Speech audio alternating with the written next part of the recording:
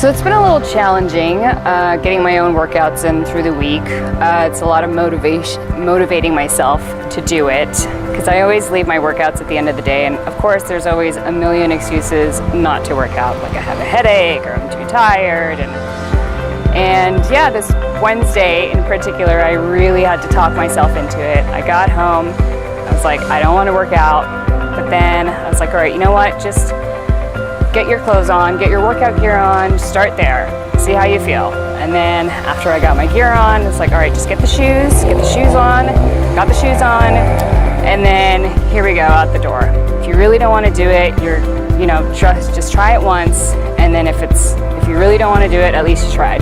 But then you get out there, and I ended up doing 5 sets of the Santa Monica stairs, and I ran in between. I got a full hour workout, and I felt amazing.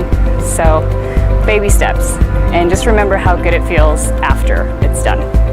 So for Dianne's first workout today, we're going to be working out outside, and all we're going to be using is a loop resistance band, a regular resistance band with handles, and some dumbbells. Other than that, we're just going to be using benches and the ground and things around us, which will be a great way to show you that you don't necessarily have to have an expensive gym membership to work out. You can do it in a park, you can do it in your backyard, or wherever is accessible to you with just a little bit of equipment.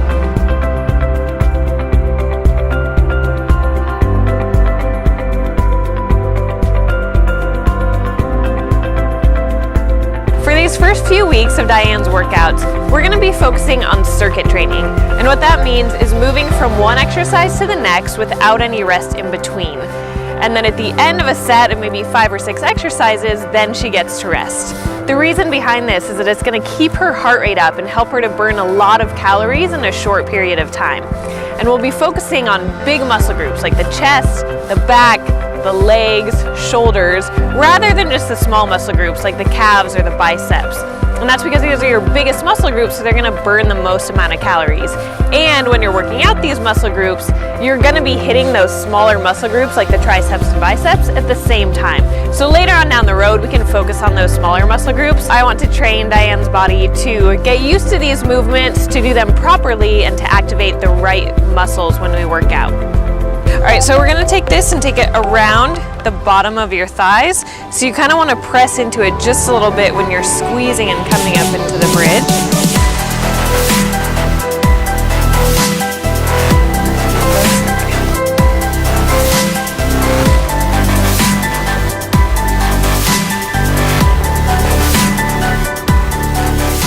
Elbows are underneath your shoulders, on your toes.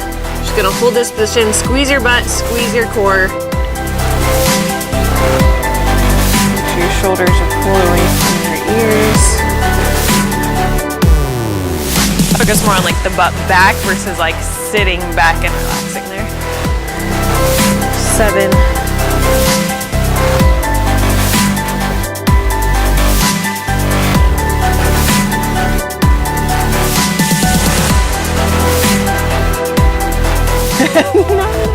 Not yet, I'll give you a break for that.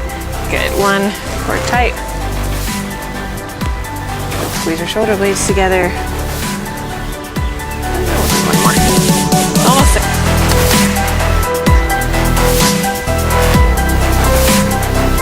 So you're squeezing back here. See your feel.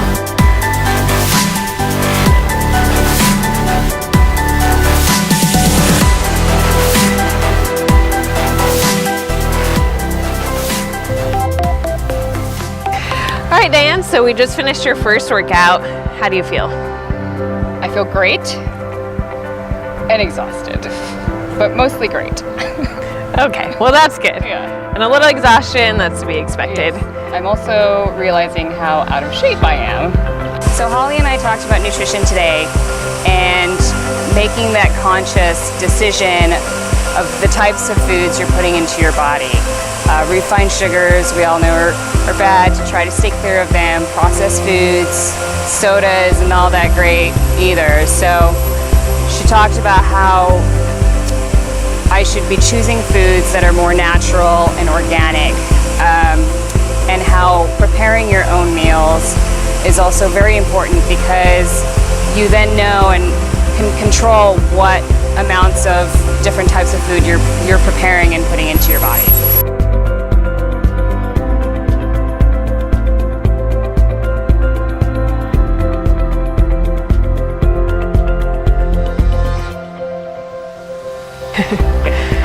So I want you to track everything that you eat on this MyFitnessPal app, okay? So you can put in your breakfast, your snacks, your lunches, if you have mints, if you have juice, anything that you eat, put in here, because I want to see what you're eating, when you're eating it. I want to see your calorie amount. So go ahead and hit the diary button down there.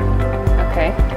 So in here you can enter in then your breakfast, your lunch, your dinner. You can put your snacks. Yeah, so if you hit that button, then you can choose from all the different kinds of foods. Up here you can search for new foods if it's not in there. So if you go out to eat, you can enter, you know, Subway meals or different things. So you can find just about any food you need in there. If there's not an exact thing, then you can find something that's similar. Is this a barcode? Yes. Scan? Yeah, so there's also that option. If you have like a package of food, you can scan the barcode and it'll automatically enter all the information, which is awesome. That's awesome. So this way then you know how much you're eating, you're accountable, you can get your exact calorie goal in there, you can watch your carbohydrates, your fat, and your protein, then I can see how much you're eating as well. So that way we know what's working, what's not, if we need to raise your calories, if we need to lower your calories, if we need to play around with your macronutrients. So everything should go in here. You just enter those foods or scan them in, and then just make sure that you share it with me so that I can see what you're eating. All right? Easy enough? Look pretty simple? Okay. Got it. So I've asked Dianne to track everything that she eats in a food tracking app that's on her phone. So it's there, it's easy and convenient. And this isn't necessarily a long-term lifestyle thing where I want her to track everything that she eats for the rest of her life, but it's a really helpful tool when you're first starting out for losing weight to figure out exactly what you're eating and to kind of face reality and see what types of food you're eating and then be able to make adjustments accordingly. A lot of times people are overeating or even undereating or just eating the wrong types and amounts of foods. So by doing this, it's going to help Dianne to be accountable to what she's eating and to pay attention to those little things like mints and chips and different things throughout the day that it's easy to overconsume and then forget about. So this will help her take the guesswork out of losing weight and figure out exactly how many calories she needs to eat, and then also to watch and see how many carbohydrates, protein, and fat she's eating. And I've given her kind of a set number to start with, and then we can make adjustments from there and figure out what's working and what's not for the most amount of fat loss and the most muscle gain.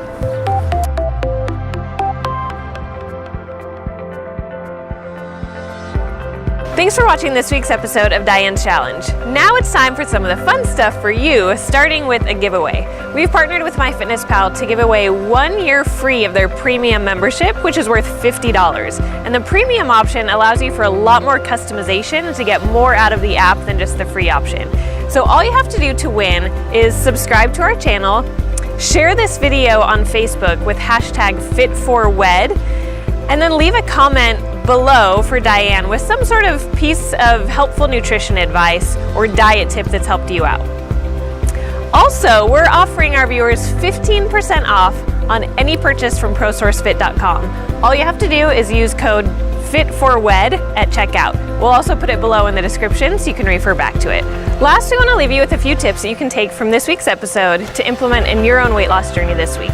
1, start a food diary or journal. Track everything that you eat for 1 week, just to see what it is that you're really eating so you can see where you need to make adjustments. 2, if you're trying to lose weight, start by working out with circuit training and full body movement. Don't spend a lot of time on the little muscle groups that aren't going to burn as many calories, but focus on exercises that hit multiple muscle groups at once, just like the lunge to row that I had Dianne do. It's definitely not enough though. So today's workout, we're gonna have to kick your butt a little bit. We gotta make up for some of that time. Okay. It's just not acceptable to be missing strength training workouts and cardio. Bottom, good. Slam it.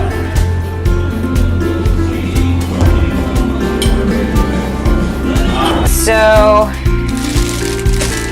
this is very different from what I usually snack on. And that's it. Until next week, stay fit, stay healthy, and stay happy.